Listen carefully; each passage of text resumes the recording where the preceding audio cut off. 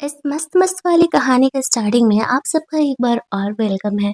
इस कहानी के स्टार्टिंग में हम लोग एंजिया को देखते हैं जो कि ऑफिस की पार्टी से ड्रंक कंडीशन में लौट रही थी अपनी फ्रेंड से बात करते हुए। तभी वो किसी से टकराती है और उससे उसका वॉइस काफी जाना पहचाना सा लगता है।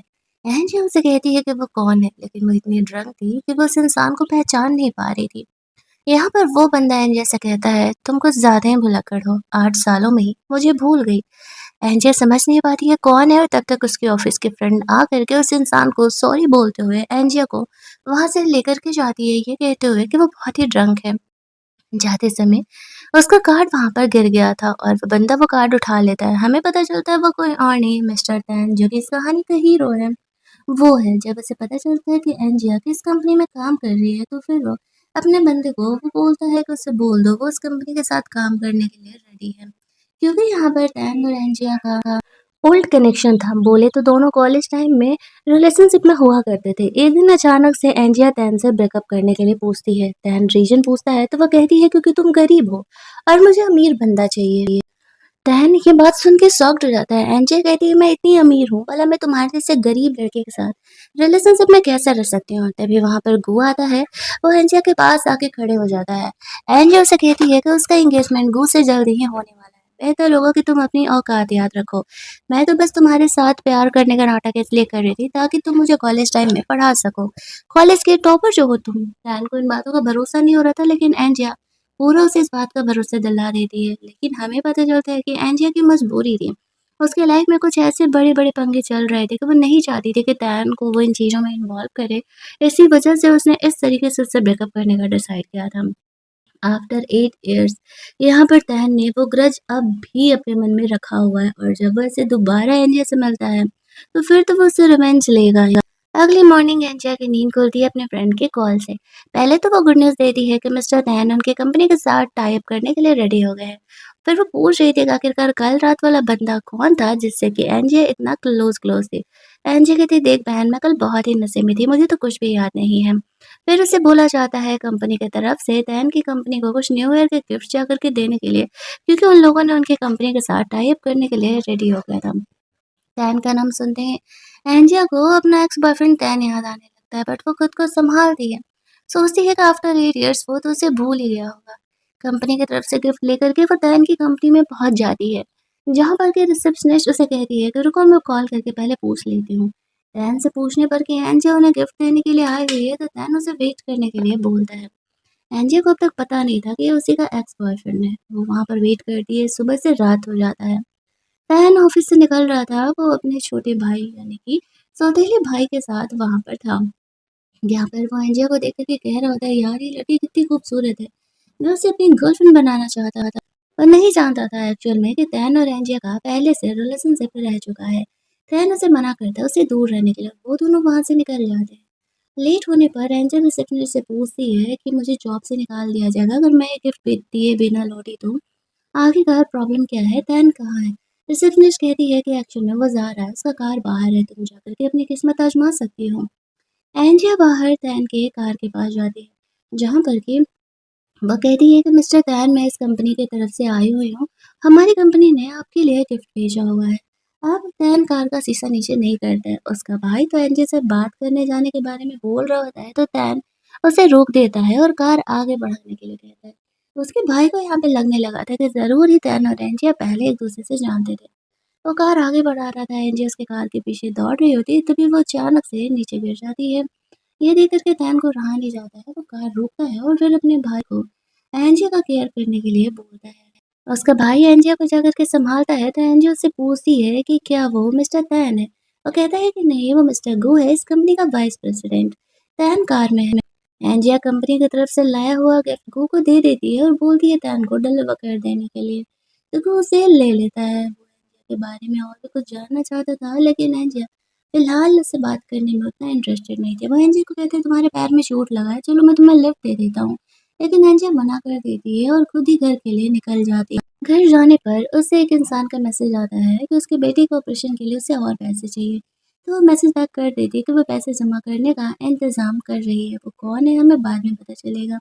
फिलहाल फ्लैशबैक में हमें ये दिखाया जाता है कि एक्चुअल में एंजिया के डैड एक बहुत बड़े बिल्डर थे। वो एक बिल्डिंग बनाने में कुछ गलती कर देते हैं उनके हिसाब से और उस वजह से वो बिल्डिंग काफ़ी वीक बनी थी और 4-5 लोगों की मौत हो जाती है। उनकी मौत का ज़िम्मेदार एंजिया के डैड खुद को मान रहे थे और इस गिल्ट से फ्री होने के लिए वो खुद को ख़त्म कर लेते हैं। उसके बाद एंजिया यहाँ पर अपने डैड का उधार चुका रही है और बहुत सारे ऐसे काम कर रही है, वो अमीर से सीधे ही ऐसे अपने डैड के जाते ही गरीब बन के यहाँ पर आ जाती है। और यहाँ पर एंजिया सोच रही होती है कि ना जाने इसकी लाइफ कब सुधरेगी। जब वो ऑफिस जाती है तो उसके फ्रेंड उसे बताती है कि मिस्टर तैन शायद आने वाले हैं। एंजिया उसमें इंटरेस्टेड नहीं थी। शाम में वो लोग पार्टी के लिए जाते हैं कंपनी की तरफ से, जहाँ पर कि वो वापस से गो से मिलती है और गो और उसके साथ एक और बंदा आया हुआ था जो कि एंजिया के साथ फ्लर्ट कर रहा था। एंजिया जैसे तैसे खुद को संभाल रही होती है क्योंकि उसे पता था कि ये बिजनेसमैन काफी बड़ा है। तभी वहां पर तैन की एंट्री होती है। तैन को देख करके एंजिया शॉक्ड हो जाती है। दोनों एक दूसरे को घूर रहे होते हैं। एंजिया की बॉस उससे पूछती है कि क्या वो दोनों एक दूसरे को जानते हैं। तो तैन उसे बोल देता है कि नहीं, लेकिन यहाँ का माहौल कुछ अलग ही था। वो कहता है कि वो एंजिया जैसी लड़कियों में इंटरेस्टेड नहीं है। जो दूसरा इंसान था वो एंजिया के साथ ऐसे फ्लर्ट कर रहा होता है और कहता है कि चलो अच्छी बात है। अगर तैन को एंजिया पसंद नहीं है तो फिर कोई बात नहीं, वो उन्हें दूसरे कोई और ऑफर कर देंगे। वो जानबूझ कर के यहाँ पर एंजिया का इंसल्ट कर रहा था और एंजिया को लग रहा होता है कि तैन अब भी उससे इतना नफरत करता है कि वो इस तरीके से उसका इंसल्ट करे। तैन का बिहेवियर उसके भाई को बार-बार डाउट करा रहा था कि वो एंजिया को पहले से जानता है। बातों-बातों में वो एनजीओ को कहने लगता है कि वो कहाँ से पढ़ी है, उसके क्या मेजर्स थे, तो एनजीओ बताती है। तो गू से कहता है, अरे ये तो कोइंसिडेंट हो गया, मेरा भाई भी उसी कॉलेज से पास आउट है। आपको पता है, मेरे भाई की एक एक्स गर्लफ्रेंड थी जो कि इतनी बड़ी वाली गोल्ड डिगर थी कि वो पैसों के लिए अपने भाई से ब्रेकअप कर लिया। एनजीओ के लिए सब कुछ बर्दाश्त करना मुश्किल हो रहा था, वो वॉशरूम जाने के बहाने बाहर निकल जाती है।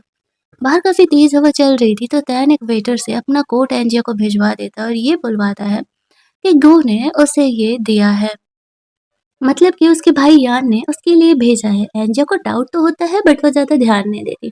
उसकी बॉस कॉल करके बोलती है कि आज हम यहीं स्टे करने वाले हैं, तुम्हारा कमरा नंबर 109। एंजियो वहाँ पर जाती है तो गलती से वो तैन के कमरे में एंटर हो जाती है क्योंकि 6-9 में चेंज हो गया था। वो वहाँ पर जाती है तो इस तरीके से तैन को देख कर के शॉक्ड हो जाती है। तैन उसे कह रहा होता है कि लगता है कि तुम्हारा बिज़नेस करने का नया तरीका है, जो तुम इस तरीके से मेरे कमरे में आ गई हो। एंजी भी खुद को सँभालती है, वो तैन को इस मैटर में अब भी इन्वॉल्व नहीं करना चाहती थी, इसी वजह से वो उसी तरीके से उसके साथ बिहेव करती है और बोलने लगती है कि हाँ, वो ऐसे ही बिज़नेस करती थी। लेकिन तैन तो उसमें इंटरेस्टेड नहीं है ना, तो फिर उसे इस चीज़ से क्या ही प्रॉब्लम हो रहा है। तैन एंजिया की इन बातों से, इन जवाब से और ज़्यादा गुस्सा करने लगा था उस वो एंजिया से पूछता है कि क्या सच में 8 साल पहले एंजिया ने पैसों के लिए उसे छोड़ा था? एंजिया उसे कहती है कि हाँ, और बेहतर होगा कि वो लोग पास्ट के बारे में यहाँ पर बात ना करें। तहन भरोसा नहीं कर पा रहा था कि एंजिया सच में एक गोल्ड डिगर है क्योंकि उसने उस इंसान से कभी प्यार किया था और एंजिया ने कभी इस बात का उसे एहसास नहीं दिलाया था। एंजिया वहाँ से निकल जाती है और तहन अपने कमरे में बैठ कर के ड्रिंक करने लगता है। उसे सिचुएशन पर बहुत ही गुस्सा आ रहा था। जाते समय एंजिया का एक इयररिंग खुल करके यहीं कमरे में गलती से गिर गया था और वो इस चीज़ को नोटिस नहीं कर पाती है। वो जब अपने घर जाती है अगली मॉर्निंग उसकी बॉस तो उसे छोड़ करके निकल ली थी, उसे कुछ अर्जेंट काम था। अब यहाँ पर एंजिया टैक्सी ले कैसे, तो उसका भाई यहाँ पर आता है, यानी कि तैन का भाई यान यहाँ पर आता है और वो एंजिया को ऑफर कर रहा होता है कि वो उससे लिफ्ट ले ले। एंजिया वहाँ से लिफ्ट ले लेती है। बातों बातों में वो उससे पूछ रहा था कि क्या एंजिया का बॉयफ्रेंड है। एंजिया इससे पहले कुछ कहती, वहाँ पर कॉल आ जाता है यान को और उसे अर्जेंटली वहाँ से जाना पड़ता है। वो तैन को कहता है एंजिया को उसके घर तक पहुँचा देने के लिए। अब तैन और एंजिया कार में केवल अकेले थे।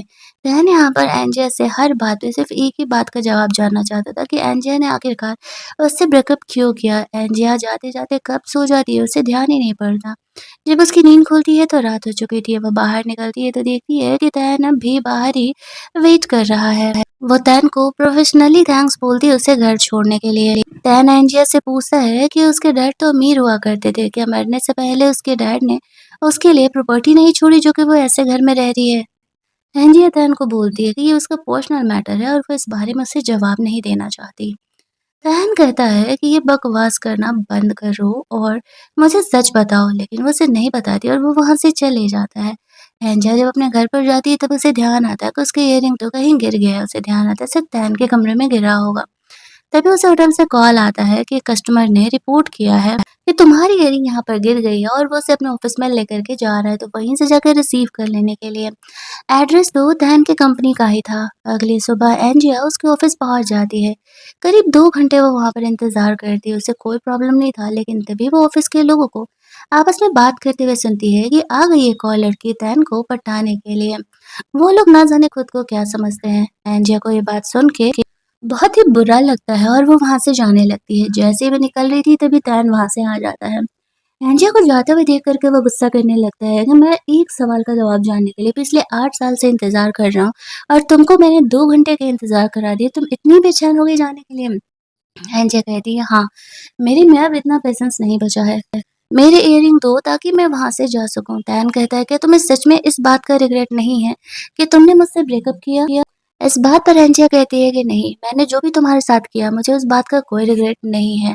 उसे कहता है तुम्हारा फियांसे कहाँ है, वो तुम्हारे साथ आजकल दिखता नहीं है। एंजिया उसे कहती है कि उसके डैड के जाने के बाद गो और उसका ब्रेकअप हो गया, लेकिन टैन इन सारे सवालों का जवाब जानने का हक नहीं रखता है क्योंकि उनका ब्रेकअप हो गया है। वो बार बार उसे इस बात को याद दिलाते रहती थी। गुस्से में आकर के टैन को कहता है कि वहाँ कॉर्नर में तुम्हारे इयररिंग रखे हुए हैं, लेके जाओ वहां से। एंजिया उस इयररिंग को लेती है और चली जाती है सेल करने के लिए क्योंकि उसे पैसों की ज़रूरत थी। टैन का सेक्रेटरी एंजिया को फॉलो कर रहा था। एंजिया उस इयररिंग को कम पैसों में बेच करके पैसे लेकर के वहां से हॉस्पिटल चली जाती है। उसका सेक्रेटरी सारी चीज़ों का अपडेट यहाँ पर टैन को दे रहा था। हमें पता चलता है कि एक्चुअल में ये जो छोटा बच्चा है वो उन्हीं वर्कर्स में से किसी एक फैमिली का है जिनमें से कि उस आदमी की मौत एंजिया के डैड के बिल्डिंग बनाने की वजह से हो गई थी और एंजिया इसी वजह से उसके बेटे की ट्रीटमेंट की रिस्पॉन्सिबिलिटी ली हुई है। उसके बेटे को ऑपरेशन कराने के लिए अच्छे खासे पैसे चाहिए थे और एंजिया उसी के लिए पैसे ऐसे जमा कर रही होती है। हालांकि उसकी वाइफ एंजिया को पसंद नहीं करती और कहती है कि अगर तुम्हारे डैड की गलती ना होती तो हमें तुम पर पैसों के लिए डिपेंड ना होना पड़ता। एंजिया कहती है जो मेरे डैड से गलती हुई मैं उसे तो सुधार नहीं सकती, लेकिन मैं तुम्हारे बेटे की जान बचाने की कोशिश ज़रूर करूँगी। और जितने भी उसके पैसे इयररिंग बेच के उसे मिले थे वो इस लड़की को दे देते हैं। अब यहाँ पर एंजिया इसी वजह से ज़्यादा गरीबी की ज़िंदगी जी रही होती है। उसके वहाँ से निकलते ही टैन का सेक्रेटरी टैन को सारी बातों का इन्फॉर्मेशन देता है कि एंजी इयररिंग बेचने के बाद हॉस्पिटल आ गई है। एंजिया जब हॉस्पिटल से बाहर निकलती है तो टैन यहाँ पर आया हुआ था। वो उससे पूछ रहा था कि क्या उसे पैसों की ज़रूरत है। एंजिया उससे कहती है कि हाँ, पैसों की ज़रूरत किसे नहीं होती है। वो जानना चाहता था कि आखिरकार वो हॉस्पिटल में क्या कर रही है, लेकिन एंजियो उसे नहीं बताती है। टैन उसे कहता है कि अगर वो उसकी हिडन गर्लफ्रेंड बन के रहने के लिए रेडी है तो वो एंजियो को पैसे देने के लिए तैयार है। एंजियो उसे कहती है कि मानो कि वो गरीब है, लेकिन वो इतनी भी गिरी हुई नहीं है कि वो टैन की हिडन गर्लफ्रेंड बन करके रहेगी। टैन के दिमाग में ये बेकार से थॉट्स आ कहाँ से रहे। वो उसके प्रपोजल को साफ तौर से रिजेक्ट कर देती है। टैन सोचता है कि क्या एंजियो सच में उससे कभी प्यार ही नहीं की, जो कि वो उसके साथ नहीं रहना चाहती। वो टैन के सिचुएशन को समझ नहीं रहा था। बेचारी एंजिया नूडल्स अपना खा रही होती है पैसे बचाने के लिए। तभी उसे ध्यान आता है कि उसके डैड ने किसी को पैसे दिए थे। वो उस बंदे से पैसे लेने के लिए जाती है। वो बंदा पैसे देने से मना कर रहा था, बहाना कर रहा था, तो एंजिया उसे कहती है, मुझे तुम्हारी बहुत सारी गर्लफ्रेंड्स के बारे में पता है और अगर तुमने मुझे पैसे नहीं दिए तो फिर मैं लास्ट में तुम्हारी वाइफ को उन सब के बारे में बता दूंगी। वह इंसान को लास्ट में एंजिया को जो कि उसने डैड से उससे उधार लिए हुए थे वो पैसे लौटाने पड़ते हैं। वो बंदा उसे चेक दे करके जैसे ही वहां से जाता है टैन वहां पर आ जाता है। वो उसे कहता है कि तुम इतनी गिर गई हो कि तुम ऐसे अपने डैड की उम्र के लड़कों के साथ फ्लर्ट कर रही हो, पैसे लेने के लिए नाइट स्पेंड कर रही हो। मुझ में क्या प्रॉब्लम है, मैं भी तो तुम्हें पैसे ऑफर कर रहा था। एंजियो उसे कहती है कि मुझे लेकिन तुम्हारे साथ रहना नहीं है, ये मर्जी मेरी है, चाहे मैं किसी के साथ रहूं। लेकिन टैन उसके पीछे ही पड़ जाता है। एंजियो कहती है ठीक है, जैसे पास्ट में हम रेट लगाते थे वैसे ही मैं रेट तुम्हें लगा दूंगी। टैन उसे कहता है कि पास्ट के बारे में बात करने की औकात तुम्हारी नहीं है। जब तुम मेरे ऑफर के बारे में सोच समझ लोगी तब तुम मुझे कांटेक्ट करना। ऐसा कह के वो गुस्सा करके वहां से चले जाता है। बेचारी एंजिया यहाँ पर बैठ करके रोने लगती है कि तहन अब भी उससे इतनी नफरत करता है कि वो उसे हेमिलिएट करने के लिए ये सब कुछ कर रहा है, लेकिन उसे पता नहीं था कि जितनी नफरत तहन अभी उससे करता है उससे कहीं ज्यादा वो अभी उससे प्यार करता है और तभी तो वो उसकी इतनी फिक्र कर रहा है। नेक्स्ट डे जब एंजिया ऑफिस पहुंचती है तो उसकी बॉस यहाँ पर एंजिया को कुछ कुछ नए प्रोजेक्ट देती है। एंजिया उन प्रोजेक्ट को एक्सेप्ट कर लेती है। शाम में उस प्रोजेक्ट से रिलेटेड कुछ बॉसेस से बात करने के लिए वो पार्टी में गई हुई थी, जहाँ पर कि वही बॉस उसे मिलता है जो कि एंजिया के साथ कुछ ज्यादा ही टची टची हुआ करता था। एंजिया चीजों को मैनेज कर रही थी। वो उसे अपने क्लब के बॉक्स में लेकर के जाता है जहाँ पर कि वो लोग पार्टी कर रहे होते हैं। वहाँ पर पितान भी होने वाला है, ये बात एनजियो को पता नहीं था। वो उसे देख कर के शॉक्ड हो जाती है। तैन एंजियो को ह्यूमिलिएट करने के लिए जानबूझ करके उसे वाइन ऑफ़र करने के लिए बोलता है। वहाँ पर और जो सारे बॉस हैं वो लोग एंजियो को कहते हैं कि जाओ, जाओ तैन को वाइन ऑफ़र करो। वो ऐसा करती है तो वो उसका इंसल्ट करने के लिए उसे पैसे ऑफ़र करता है। इतना सारा इंसल्ट एंजियो सब कुछ झेल रही होती है अपनी जॉब के लिए, और कहीं न कहीं उसे पता था कि उसने तैन के साथ गलत किया। और पार्टी अटेंड करने के चक्कर में वो काफ़ी ड्रंक हो जाती है। वो अपनी फ्रेंड को कॉल करके बोलती है आकर के उसे वहाँ से लेकर के जाने के लिए वो यहाँ पर है। सारे जा चुके थे, तैन एंजिया का यहाँ पर केयर कर रहा था। नशे की हालत में एंजिया यहाँ पर तैन पर गुस्सा करते हुए कहती है कि वो उसके साथ इतना बुरा कैसे कर सकता है। दोनों एक टाइम पर एक दूसरे से प्यार करते थे और वो उसका इंसल्ट करने के लिए ऐसे $400 पकड़ा रहा है। तैन को एंजिया पर तरस तो आ रहा था, लेकिन उसके सवाल का जवाब नहीं मिला था। वो एंजल से कहता है, आखिरकार तुमने मुझे छोड़ा क्यों? बस इस बात को तुम मुझे सच बता दो, मैं सब कुछ माफ़ करने के लिए तैयार हूँ। मैं वापस से तुम्हें उतना ही प्यार करूँगा जितना मैंने पहले कभी किया था। लेकिन एंजिया उसे नहीं बताती है। तैन फिर एंजिया को अपने घर लेकर के जाता है, जहाँ पर कि नशे के कंडीशन में उसे लगता है कि वो सपना देख रही है और वो तैन को किस कर लेती है। तैन इस बात से कहीं न कहीं खुश था कि उसके और एंजिया का रिलेशनशिप शायद सुधर सकते हैं, लेकिन जब उसकी नज़र जाती है कि एंजिया ने तैन के नाम का टैटू बनवाया था और अब वो टैटू रिमूव करवा चुकी है, तो उसे इस बात का बहुत ही बुरा लगता है और इस बात से गुस्सा होकर के वो वहाँ से चले जाता है। उसे ऐसा लगने लगता है कि एंजियो ने शायद कभी उससे प्यार ही नहीं किया था और वो उस समय सिर्फ़ उसे इम्प्रेस करने के लिए सब कुछ कर रही थी। अगली मॉर्निंग एंजियो को लगता है कि कल रात उसने तैन को किस किया, शायद वो सपना देख रही थी। उसे अपनी फ्रेंड का मैसेज आता है, तो एंजियो को लगने लगता है कि शायद उसी ने उसे घर पहुँचाया होगा। एंजियो ऑफ़िस जाती है तो वहाँ पर वो गू से मिलती है। गू वही बंदा था जिसको कि तैन से उसने पीछे छुड़ाने के लिए अपना फेक फियांसे बताया था। वो यहाँ पर एंजिया की कंपनी में जॉब जॉइन किया हुआ था। तभी बॉस आती है और बोलती है कि तैन आने वाला है इंस्पेक्शन के लिए। सारे यहाँ पर तैन के इंतज़ार में लग जाते हैं। तो गू तैन को देख कर के शॉक्ड हो जाता है और तैन गू को देख कर के मन ही मन गुस्सा कर रहा था। थोड़ी देर में यहाँ पर वीडियो कॉलिंग पर ऐसे मीटिंग स्टार्ट होती है जहाँ पर कि तैन जानबूझ करके एंजियो और गू को ही टारगेट करके उन दोनों को डांट रहा होता है। वो दोनों तो समझ ही रहे थे कि उसका गुस्सा है जो कि यहाँ पर निकल रहा है। एंजिया बेचारी कुछ कह नहीं सकती थी और वो मीटिंग में ये सब कुछ झेल रही होती है। सबके जाने के बाद घू एंजिया से कहता है कि क्या टैन को वो सच्चाई बताने के बारे में नहीं सोच रही है? एंजिया कहती है वो तो बीती बात हो गई, इन बातों का कोई मतलब नहीं है। ऑफिस से निकल करके वो टैक्सी के आने का वेट कर रही थी। तभी वहां पर टैन आता है और वो एंजिया को अपने कार में लेके जाता है। वो चुपचाप बैठ जाती है, ये सोचते हुए कि ऑफिस के लोग अगर दोनों को साथ में देखेंगे तो फिर गलत ही समझेंगे। तैन को तो लग रहा था कि कल रात एंजी ने उसे किस किया, ये बात उसे याद होगा, वो उसी के हिसाब से बिहेव कर रहा था और आगे बढ़ के वापस से एंजिया को किस कर लेता है। लेकिन एंजिया तैन के इस बिहेवियर से बहुत ही ज़्यादा गुस्सा थी क्योंकि कल रात उसे याद नहीं था।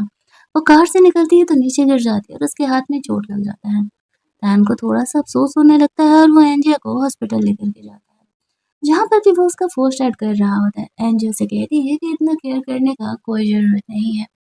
सैम को अब भी नहीं पता था कि एंजियो को सच में नहीं याद है कि कल रात क्या हुआ। वो दोनों वॉक करते हुए घर जा रहे वो दोनों वॉक करते हुए घर जा रहे थे। तैन से एंजियो पूछती है कि आखिरकार वो उससे क्यों लेके जा रहा था कार से।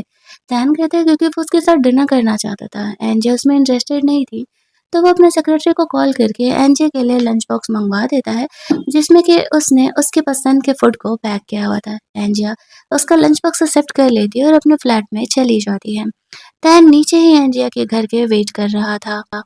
जब वो अपने कमरे में जाकर के उस लंच बॉक्स को ओपन करती है तो ये देख कर के शॉक्ड हो जाती है कि एक्चुअल में तहन को अब भी उसकी पसंद की चीजें याद है और उसने सब कुछ उसी हिसाब से पैक किया, बट फिर वो सोचती है कि नहीं नहीं, वो ऐसे पिघल नहीं सकती है। तभी उसके फोन पर रिमाइंडर आता है कि आज तैन का बर्थडे है। वो समझ जाती है कि क्यों ही तैन उसके साथ आज लंच करने का डिनर करने का जिद कर रहा था। उसे अपनी गलती का एहसास होता है कि चाहे जो भी हो, आज तैन का बर्थडे है, एटलीस्ट उसे विश कर देना चाहिए था। फिर वो इस तरीके से देखती है कि वो अब भी एक्चुअल में नीचे ही उसका वेट कर रहा है। उसे रहा नहीं जाता है और वो इस तरीके से उसके लिए ब्लैंकेट लेकर के चली जाती है। लेकिन फिर वो उसे बिना दिए ही लौट रही थी और यहाँ पर तैन की नींद खुल जाती है। वो उसे पूछ रहा था कि जब वो यहाँ पर आई है तो फिर वो उससे बिना मिले क्यों जा रही है। एंजी उसे कहती है कि उससे घर जाने के बाद ध्यान आया कि आज तैन का बर्थडे है और उसने उसे विश भी नहीं किया था, उसे इस बात का अफ़सोस है। तैन उसे कहता है, तुम्हें सच में नहीं याद था कि आज मेरा बर्थडे है? एंजिया कहती है कि नहीं। फिर वो जाने से पहले उसे ऐसे किस कर लेती है। एंजिया तैन के लिए शायद ये 7 सालों में 8 सालों में सबसे अच्छा गिफ्ट था जो कि एंजिया ने उसे दिया था। तहन फिर अपने घर चले जाता है जहाँ पर कि वो बहुत ही ड्रिंक कर रहा था।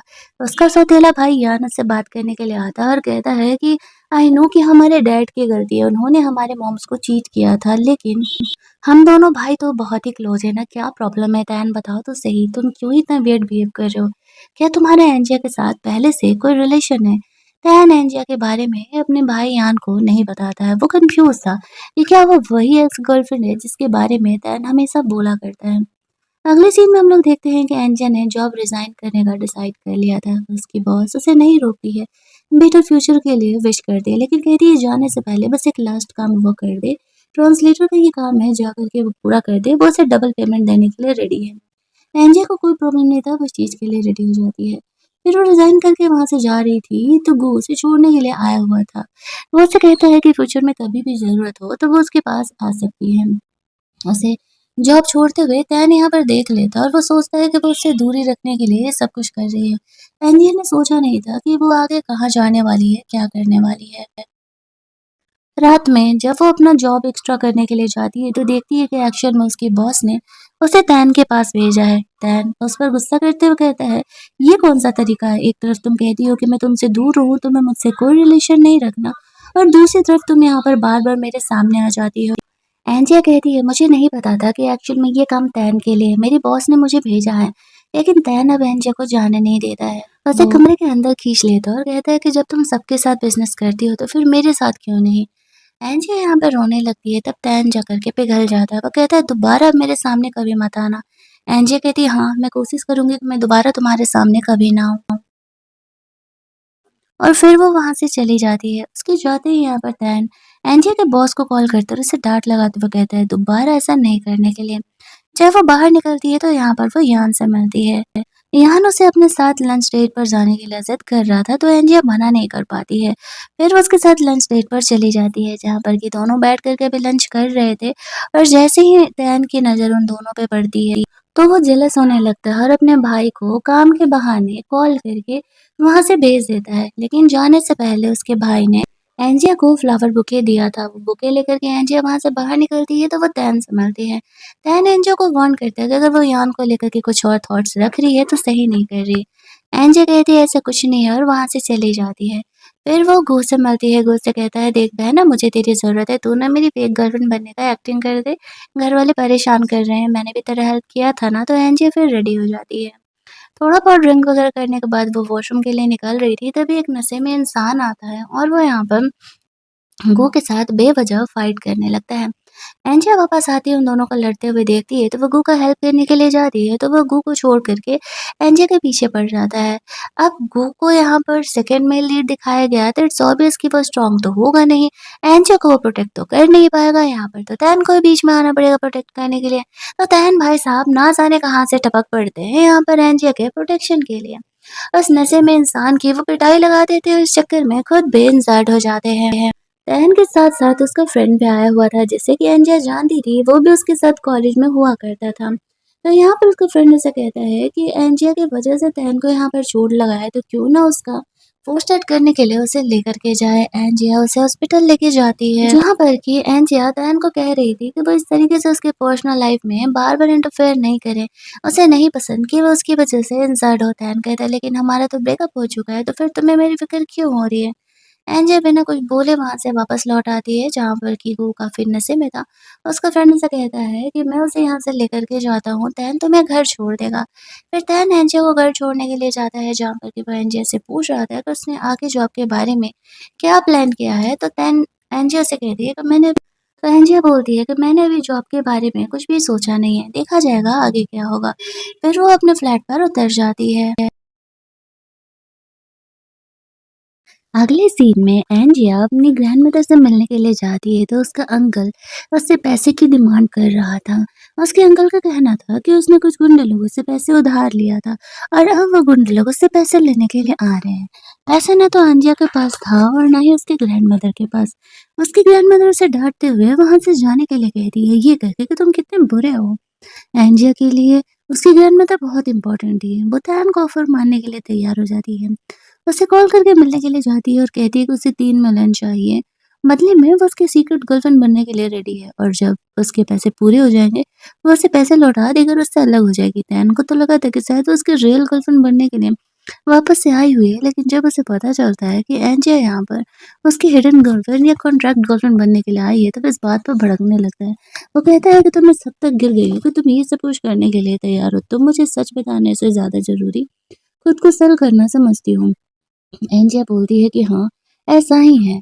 रैन इस बात से बहुत गुस्सा था, लेकिन उसे पता था कि एंजिया को पैसे की सख्त ज़रूरत होगी, तो ही वो उसके पास हेल्प लेने के लिए आई हुई थी। इस वजह से वो उसे मना नहीं कर पाता। वो कहता है, ठीक है, तुम एंटरटेन करो, बाकी मेरा मूड डिपेंड करेगा।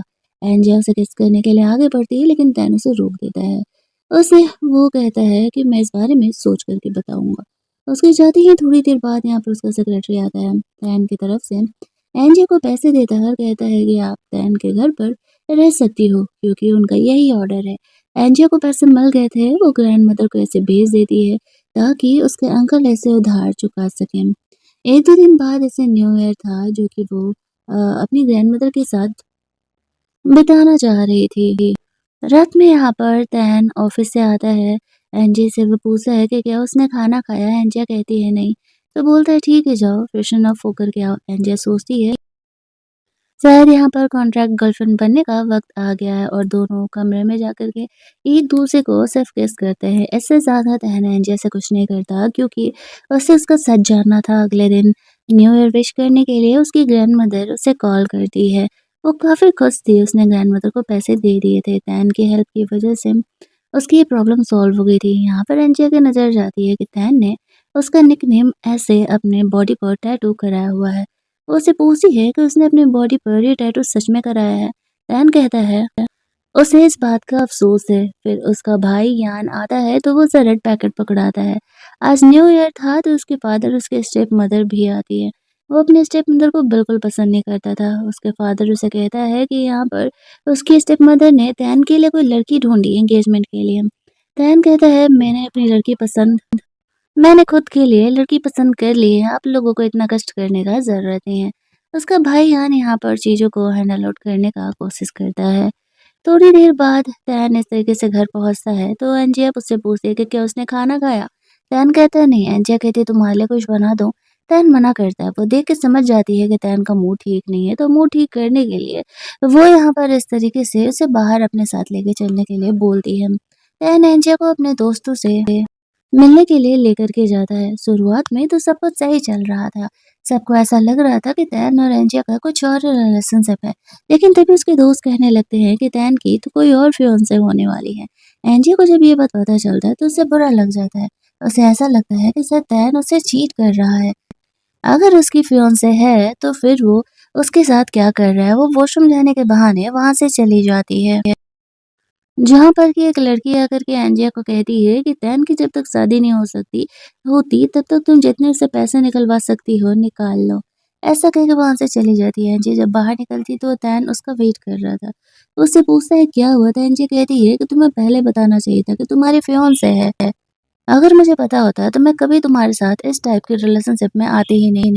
मैं जल्द से जल्द पैसे जमा करके तुम्हारे पैसे लौटा के तुम्हारे लाइफ से चली जाऊँगी। तैन उसे हग करते हुए कहता है, ये मेरे पेरेंट ने अरेंज किया है। मैं तो उस लड़की से मिला भी नहीं हूँ, तो उससे एंगेजमेंट तो करने की दूर की बात है। क्या एंजिया इस टॉपिक को लेकर के जेलस हो रही है, लेकिन एंजिया रोने लगती है। फिर वो खुद को संभालती है। अगला दिन आता है जहाँ पर कि वो अपना काम कर रही होती है, तभी उसे गू का कॉल आता है। उसने उसे उसकी गर्लफ्रेंड बनने के लिए बोला था ना, तो इसी वजह से वो उसके पेरेंट्स से मिलने के लिए जाती है, जहाँ पर कि उसके पेरेंट गू के पेरेंट को एंजिया बहुत ही पसंद आती है, लेकिन डैन यहाँ पर एंजिया और गू को उसके पेरेंट्स से मिलते हुए देख लेता है और उसे ऐसा लगता है कि शायद वो लोग आगे शादी-वादी के बारे में बात कर रहे हैं। इसी वजह से एंजिया यहाँ पर गू के पेरेंट्स से मिलने के लिए आई और उसने उसे ये बात बताया भी नहीं। इस बात से वो बहुत ही गुस्सा आ जाता है और एंजिया से बिना मिले ही घर चले जाता है। एंजिया को पता ही नहीं था ये बात।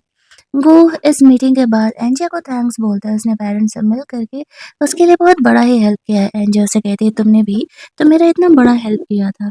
उसके पेरेंट बहुत ही स्ट्रेस्ड आउट होते रहते थे और इसी वजह से उसने ऐसा कराया था। फिर वो इस तरीके से एंजिया को कहता है मुझे लगता है तुम्हें ध्यान से अपने बारे में बात करनी चाहिए। एंजिया कहती है बीते वक्त को याद करने का कोई फायदा नहीं होता है। फिर वो घर चली जाती है। जब वो घर पहुँचती है तो वहाँ पर वो तैन को देखती है कि वो काफ़ी गुस्से में बैठा हुआ है। वो पूछती है क्या हुआ? तो तैन उसे कहता है कि तुम गू के पेरेंट्स से क्या करने के लिए मिलने के लिए गई थी और तुमने मुझे इस बारे में बताया भी नहीं। इस बारे में एंजी उसे कहती है कि एक्चुअल में वो तो बस अपने दोस्त गए का एहसान चुकाने के लिए गई थी और नॉर्मली गू के पेरेंट्स से मिलने के लिए गई थी, लेकिन तैन यहाँ पर बहुत ही ज़्यादा जेलस था और वो एंजिया को कहने लगता है कि वो उससे झूठ कैसे बोल सकती है। तैन यहाँ पर एंजिया को किस कर रहा होता है और एंजिया उसे रोक रही होती है। तैन समझ नहीं रहा था कि एंजिया एक्चुअल में सच कह रही है। वो तो बस अपनी जेलसी में एंजिया को लेकर के बहुत ज़्यादा ही गुस्सा था। एंजिया यहाँ पर तैन को काम डाउन करती है, जैसा वो सोच रहा है वैसा नहीं है। वो तैन को धोखा नहीं दे रही है। बहुत मुश्किल से तैन यहाँ पर एंजिया की बातों पर ट्रस्ट करता है। उनके बीच सब कुछ ठीक होता है। अगले दिन वो एंजिया के लिए फ्रूट कट करके दे रहा था, जहाँ पर कि वो उससे पूछता है कि आखिरकार हुआ क्या था। 8 साल पहले वो ऐसे जर्मनी गई थी पढ़ने के लिए, फिर इतनी नॉर्मल सी कंपनी में क्यों काम कर रही है। एंजिया उसे कुछ बातें बताती है, लेकिन सारी बातें नहीं बताती है। अगर सब बात बता ही देती तो फिर इतने साल का सेक्रीफाइस बेकार हो जाता। तहन अपने सेक्रेटरी को कॉल करके एंजिया के बारे में सब कुछ पता लगाने के लिए बोलता है कि आखिरकार क्या हुआ था। एंजिया यहाँ पर ट्यूटर का जॉब पार्ट टाइम जॉब पर ज्वाइन की हुई थी और जब उस बच्चे को वो पढ़ाने के लिए जाती है तो उससे पता चलता है कि एक्चुअल में ये किसी और का नहीं, यहाँ यान के ही रिलेटिव का घर है। वो ये देख करके शॉक्ड हो जाती है। उसे ऐसा लगने लगता है कि शायद तैन ने यहाँ पर उसका हेल्प किया होगा। अब यान एंजियो को कह रहा होता है कि हम दोनों का मिलना शायद किस्मत है। इसी वजह से तो हम यहाँ पर ऐसे दोबारा मिल रहे हैं। वह एंजियो के साथ फुल ऑन फ्लर्ट कर रहा था। तैन यहाँ पर साथ में लंच करने के लिए आता है, जहाँ पर कि एंजियो उसे देख करके काफ़ी ऑकवर्ड थी। वो लोग साथ में खाना खा रहे होते हैं। जब यान यहाँ पर एंजियो को भाव दे रहा था, उसे फ्लर्ट कर रहा था, तब तैन को ये देख करके जेलस हो रहा था। उसके भाई को तो लगने लगा था कि दयान और एंजिया के बीच में पक्का कुछ चल रहा है। लेकिन जब तक चीज़ें कंफर्म नहीं थी और ऊपर से वो एंजिया को पसंद करता था, तो फिर उसने सोचा कि वो बाद में इन बातों को सोचेगा। वो एंजिया को फ्लावर्स बुके छोटा-सा दे कर के कन्फेस भी करता है कि वो एंजिया को पसंद करता है। एंजिया उसे कहती है कि वो उसकी गर्लफ्रेंड नहीं बन सकती है। तभी वहाँ पर दयान आ जाता है और वो एंजिया को वहाँ से लेकर के जाता है। और उसका भाई अब 110% कन्फर्म हो गया था और अब वो एंजिया के पीछे नहीं जाने वाला था। यहाँ पर एंजिया को तैन कहता है लगता है कि तुम्हें मेरा भाई कुछ ज़्यादा ही पसंद करता है। एंजिया उसे कहती है अब यान मुझे पसंद करता है तो इसमें मैं क्या कर सकती हूँ। मैं तो उसके पीछे नहीं जा रही ना। उसे तो लगा था कि तैन वापस की तरफ उस पर गुस्सा करेगा, लेकिन यहाँ पर तैन बहुत ही कामली सिचुएशन को हैंडल आउट करता है। थोड़ी देर बाद जब वो घर में अंदर जाती है तो यहाँ पर यान को एक लड़की पसंद करती थी जो उसकी नेबर थी। वो यहाँ पर आकर के एंजियो को बुली करने लगती है, ये करके कि वो यान को पटाने का कोशिश करे। एंजियो से कहती है कि मैं यान के पीछे नहीं पड़ी हूँ, तो बेवजह वो उसे बुली ना करे। तैन यहाँ पर एंजियो के प्रोटेक्शन में आता है और लड़की कहने लग रही है कि वो एंजियो और तैन दोनों के फीलिंग के साथ खेल रही है। तैन उस लड़की को डरते हुए वहां से जाने के लिए कहता है और कहता है कि उनके घर का पर्सनल मैटर है। फिर वो एंजिया का फ़िक्र कर रहा था, उसका केयर कर रहा होता है। एंजिया टैन के प्यार को देख तो रही थी, लेकिन वो चाह कर के भी उसके प्यार को एक्सेप्ट नहीं कर सकती थी। टैन ऑफ़िस जाता है जहाँ पर कि वो अब एंजिया को प्रपोज़ करने के बारे में सोच रहा था। लेकिन उससे पहले से एंजिया के बारे में सब कुछ जानना था, तो वो पर्सनली पता लगाने के लिए जर्मनी चला जाता है। जहाँ जाकर के उसे एंजिया के बारे में सब कुछ सच पता चल जाता है। उसके डैड के साथ क्या हुआ था और एंजिया ने आखिरकार उसने क्यों ही उससे ब्रेकअप किया। ये सब जानने के बाद वो एंजिया का और ज़्यादा करीब हो जाता है। दूसरी तरफ एंजिया को कॉल आता है कि उस छोटे बच्चे का ऑपरेशन हो रहा है। उसकी तबीयत खराब हो गई है। एंजिया जल्दी-जल्दी हॉस्पिटल पहुँचती है, लेकिन इस बार डॉक्टर्स उसे नहीं बचा सकते हैं। वो अपनी जान गँवा चुका था और वो दोनों एक-दूसरे को हग करके बहुत ही ज़्यादा रोने लगती है। उसकी मॉम खुद को सँभाल नहीं पा रही थी और वो एंजिया को इन चीज़ का ज़िम्मेदार ठहरा रही थी। जबकि सच तो ये था कि इसमें एंजिया की गलती ही क्या थी, ना ही उसके डैड की गलती थी। ये सब कुछ उनके ऊपर जो बिज़नेसमैन हैं, उनकी वज़ह से हुआ था। जब वो घर जाती है, तब तैन उससे मिलने के लिए आता है। एंजिया काफ़ी शांति से बैठी हुई थी यहाँ पर। तैन उससे पूछता है क्या हुआ? तो एंजिया उसे कहती है, "पहले की तरह मुझे पटाने की कोशिश नहीं करो, कोई फ़ायदा नहीं है। मैंने तुमसे फाइनली डिसाइड कर लिया है ब्रेकअप करने का।" तैन यहाँ पर कहता है, "पिछली बार की तरह मैं तुम्हें छोड़ने की गलती नहीं करने वाली हूँ। आई डोंट नो इस बार तुम्हारी लाइफ़ में क्या प्रॉब्लम है, लेकिन पहले तुम्हें बिना समझे मैंने तुम्हें छोड़ने का डिसीज़न किया था। इस बार मैं तुम्हें नहीं छोड़ने वाला हूँ, चाहे जो भी प्रॉब्लम होगा हम मिल-बाँट करके सॉल्व कर लेंगे।" एंजिया उसे हग करके रोने लगती है। समझ गई थी कि इस बार तैन शायद उसके भरोसे में उसके साथ है, तो वो इन प्रॉब्लम से बाहर निकल पाएगी। अगले कुछ दिन तो तैन एंजियो को सँभालता है और फाइनली वो इस प्रॉब्लम से धीरे-धीरे करके बाहर आ रही थी। चीज़ें उसकी लाइफ़ में अभी ठीक होना शुरू ही हुआ था, लेकिन ड्रामा में जब सब चीज़ें ठीक हो, तो समझ जाओ कि कोई ना कोई बड़ा प्रॉब्लम तो आने ही वाला है। वो लोग साथ में ऐसे लंच-वंच करते हैं और इसके बाद यहाँ पर एंजिया अपने स्कूल जाना चाहती थी, जहाँ पर कि उसने तैन के साथ काफ़ी वक़्त बिताया है। वो दोनों उस स्कूल में पहुँचते हैं और वहाँ पर वो दोनों काफ़ी अच्छा समय साथ में स्पेंड करते हैं। काफ़ी सारे अच्छे और काफ़ी सारे बुरे मोमेंट यहाँ पर उन्हें याद आते हैं। वहाँ पर वो गू से भी मिलती है। गू से कहता है, "मुझे लगता है कि तुम्हें तैन को अपनी लाइफ़ की पूरी सच्चाई बता देना चाहिए, एक बड़ा सच जो कि तुम मुझसे छुपा रही हो।" इधर दैन फाइनली एंजिया के बारे में सब जानने के बाद उसे कन्फेस करने के लिए तैयार था। उसे वो प्रपोज़ करने वाला था शादी के लिए। दूसरी तरफ एंजिया को ये बात पता चल जाता है कि तैन यहाँ पर उसे प्रपोज़ करने का प्लान कर रहा है। हमें पता चलता है कि एक्चुअल में एंजिया को दिल की बीमारी थी, जिस वजह से कि अगर हार्ट ट्रांसप्लांट नहीं हुआ, तो वो जल्दी ही मारी जाएगी और हार्ट ट्रांसप्लांट के लिए उसे अच्छे खासे पैसे लगने वाले थे और चांसेस भी बहुत कम थे एंजिया के यहाँ पर बचने के। वो ये बात तैन को नहीं बताना चाहती थी, क्योंकि वैसे भी वो मरने वाली है। जब रात में तैन ऐसे एंजिया से मिलने के लिए आता है, वो उसे प्रपोज़ करने वाला था। इससे पहले ही एंजिया उसे कहती है कि मैंने तुम्हारे 3 मिलियन जमा कर लिए हैं। शर्त के हिसाब से मैंने तुम्हारे अकाउंट में वो पैसे डलवा दिए हैं और मैं तुमसे ब्रेकअप करना चाह रही हूँ। तैन इस बात से शॉक्ड हो जाता है कि चल क्या रहा है? अब तो उनके बीच सब कुछ सही चल रहा था, फिर अचानक से ब्रेकअप का बात यहाँ पर कहाँ से आया? एंजिया से कहती है, मेरा शुरू से ही था कि मुझे तुमसे पैसे मिलने के बाद ब्रेकअप करना है। मेरे पास पैसे जमा हो चुके हैं और अब मुझे तुमसे कोई रिलेशन नहीं रखना है, क्योंकि मैं तुमसे तब भी बोर हो गई थी और अब भी बोर हो गई हूँ। मैंने कितनी बार तुम्हें बात बोला है, लेकिन तुम मानने के लिए, सुनने के लिए तैयार ही नहीं हो। तैन यहाँ पर उसे बोल रहा होता है कि समझने का कोशिश करो, मैं तुमसे सच में प्यार करता हूँ, लेकिन एंजिया उसकी अब किसी बात को सुनने के लिए तैयार नहीं थी। वो जानबूझकर के तैन को बहुत भला-बुरा कहती है ताकि वो उससे फाइनली ब्रेकअप करने का डिसाइड कर ले और वहाँ से चली जाती है। तैन वहाँ से जा रहा था, उसने एंजिया के लिए जो प्रपोज़ल के लिए फ्लावर बुके वग़ैरह रेडी किया था, वो गुस्से में आकर के कार से फेंक देता है। एंजिया उस फ्लावर बुके को उठाती है और हार्ट में प्रॉब्लम होने की वजह से वहीं पर बेहोश हो जाती है। एक स्ट्रेंजर उसे कॉल करके हॉस्पिटल पहुँचाता है। गो को ये बात पता चलता है तो वो जल्दी-जल्दी हॉस्पिटल जाता है। जहाँ पर कि एंजिया को होश आता है तो वो उसे यही बातें समझाने का कोशिश कर रहा था कि तैन को ये सच बता दे। एटलीस्ट अगर उसके लाइफ का अंतिम समय भी है तो तैन उसके साथ रहना डिज़र्व करता है। एंजिया को वो इतना ज़्यादा प्यार करता है, लेकिन एंजिया ये बात मानने के लिए तैयार नहीं थी। डॉक्टर्स एंजिया को कह देते हैं कि अगर ट्रांसप्लांट नहीं हुआ तो एंजिया ज़्यादा दिनों की मेहमान नहीं है। एंजिया अपनी लाइफ अकेले शांति से काटना चाहती थी। वो गू को समझाती है कि वो तैन को ये बातें ना बताए, क्योंकि उसने उससे फाइनल वाला ब्रेकअप कर लिया और अब वो उसके पीछे नहीं आएगा। एंजिया के लाइफ में गो इकलौता दोस्त था जो कि शुरू से लेकर के लास्ट तक उसके साथ था। यहाँ पर एंजिया अपने दूसरे घर में कुछ टाइम अकेले बिताना चाहती थी। गो एक दोस्त बन कर के हमेशा ही उसका ख़्याल रखता था। इस बात को कुछ दिन बीत जाते हैं। गो ने अपनी कंपनी खोली थी। एक दिन वो लोग तैन से मिलते हैं, लेकिन तैन एंजिया को ऐसे इग्नोर कर देता है जैसे कि वो उसे जानता ही नहीं था। एंजिया को ये बात बहुत ही दिल में चुभ जाती है, लेकिन उसी ने तो ये सिचुएशन क्रिएट किया था।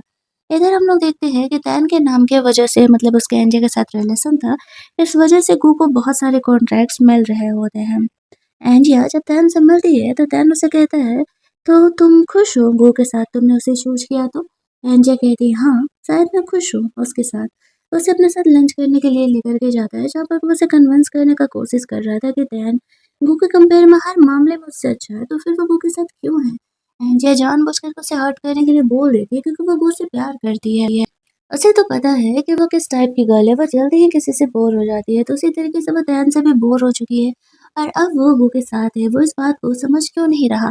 तहन को भरोसा करने का दिल ही नहीं हो रहा था कि जिस लड़की से उसने प्यार किया था एक्चुअल में वो इस टाइप की है। और लास्ट लास्ट तक यही मान रहा था कि एंजिया की कोई मजबूरी है। एंजिया जानबूझकर के उसे हर्टफुल बातें करके कमरे से बाहर निकल जाती है। वो दोनों ही रो रहे थे एक दूसरे के लिए। अगले दिन जब वो डॉक्टर से मिलने के लिए जाती है तो डॉक्टर उसे बताते हैं कि ले दे के एंजियो के पास विदाउट ऑपरेशन सिर्फ 2 महीने का वक्त है और ये ऑपरेशन सक्सेसफुल भी हो गए नहीं, इस बात की कोई गारंटी नहीं है। गो एंजिया के साथ था, वो उसे कहता है डॉक्टर ने क्या कहा है। एंजिया उसे बता देती है, वो अब भी कह रहा था कि तैन को ये बात जानने का हक है, उसे उसे ये बात बता देनी चाहिए। तैन को तो इस बारे में कुछ भी पता ही नहीं था। वो खुद मूव ऑन करने का कोशिश कर रहा था। इधर एंजिया सोच रही होती है कि उसे कोई जॉब ज्वाइन कर लेना चाहिए। वो अपने ग्रैंडमदर का जाने से पहले कुछ और हेल्प करना चाहती थी। फाइनली उसे कंपनी में जॉब मिलता है, लेकिन उसे पता नहीं था कि टैन के थ्रू उसी का ब्रांच है जहाँ पर उसे जॉब मिला है। जब वो वहाँ पर पहुँचती है तो सब एंजिया को अलग तरीके से ट्रीट कर रहे थे क्योंकि उन्हें पता था कि टैन के साथ उसका एक अलग ही रिलेशन है। एंजिया यहाँ पर टैन को कॉल करके कहती है कि उसने सबको क्यों बताया कि मैं तुम्हें जानती हूँ। तो टैन उसे कहता है अब तुम मुझे जानती हो कंपनी के बॉस को, तो भला मैं बताऊँ कहीं ना। सब यहाँ पर एंजिया के साथ डिफरेंट ट्रीट कर रहे थे, तो एंजिया इस बात से गुस्सा करने लगती है। और उसे इस तरीके से ये पैम्पर वाला बिहेव नहीं चाहिए। बहन को वो कॉल करके बार-बार इसी बारे में बोल रही होती है। ऑफिस कंप्लीट होने के बाद बहन एंजिया को लेने के लिए आता है। एटलीस्ट वो सिर्फ फ्रेंडशिप रखना चाहता था, लेकिन एंजिया बहन से पूरी तरीके से डिस्टेंस मेंटेन करना चाहती थी। वो यहाँ पर एंजिया को उसका इयररिंग एज अ गिफ्ट लौटाता है। एंजिया कहती है, इयररिंग तो मैंने सेल कर दिए थे, ये मेरे डैड की अंतिम निशानी थी।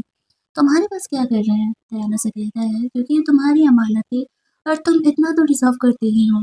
उसने एंजिया के वही इयररिंग वापस से बाय कर लिए थे। एंजिया अपने डैड की अंतिम निशानी को पाकर के बहुत ही खुश थी, लेकिन वो तैन को अब भी अपने दिल की प्रॉब्लम के बारे में नहीं बताती है। नेक्स्ट डे जब वो ऑफिस में काम कर रही थी, तभी उसे तैन के फादर का कॉल आता है। वो उनसे मिलने के लिए जाती है। तैन के फादर कहते हैं कि तुम तैन के साथ रहना डिज़र्व नहीं करती। जैसा कि तुम्हें पता है कि तुम्हें गरीब फैमिली से बिलॉन्ग करती हो, तुम्हारे पेरेंट ने खुद को हर्ट कर लिया है, तुम्हारे पास पैसे भी नहीं है, तैन का एक बहुत ही अच्छा फ्यूचर है, तुम्हें उसे छोड़ देना चाहिए। मैंने उसके लिए फियोंसे ढूँढ लिया है और कुछ ही दिनों में उसका एंगेजमेंट होने वाला है। वो एंजिया को पैसे भी ऑफ़र करते हैं। एंजिया पैसे को नहीं एक्सेप्ट करती है। आफ्टर दैट जब वो तैन से मिलती है, तैन उसे कहता है, तुम्हें मेरे फादर ने क्या बोला, तुम उनकी बात को ट्रस्ट मत करना। एंजिया कहती है, वो सही कहते हैं, मैं तुम्हें डिजर्व नहीं करती, तुम्हारे काफ़ी ब्राइट फ्यूचर है। तुम्हारे लिए उन्होंने एक फियांसे ढूंढी जिसका कि कुछ ही दिनों में तुम्हारे साथ एंगेजमेंट होने वाला है, और अगर मैं रही इस शहर में तब तक तो मैं तुम्हारा एंगेजमेंट अटेंड करने के लिए ज़रूर आना चाहूँगी। तैन को ये बातें कह रही थी, तैन को भरोसा नहीं हो रहा था कि एंजिया जो लड़की उससे प्यार करती है वो उससे ये बातें कह रही है। वो अपने सामने उसे किसी और का होते हुए भला कैसे देख सकती है। लेकिन एंजिया अपनी पूरी कोशिश कर रही थी कि तैन को इस बात का भरोसा हो जाए कि एंजिया अब उससे सच में प्यार नहीं करती है।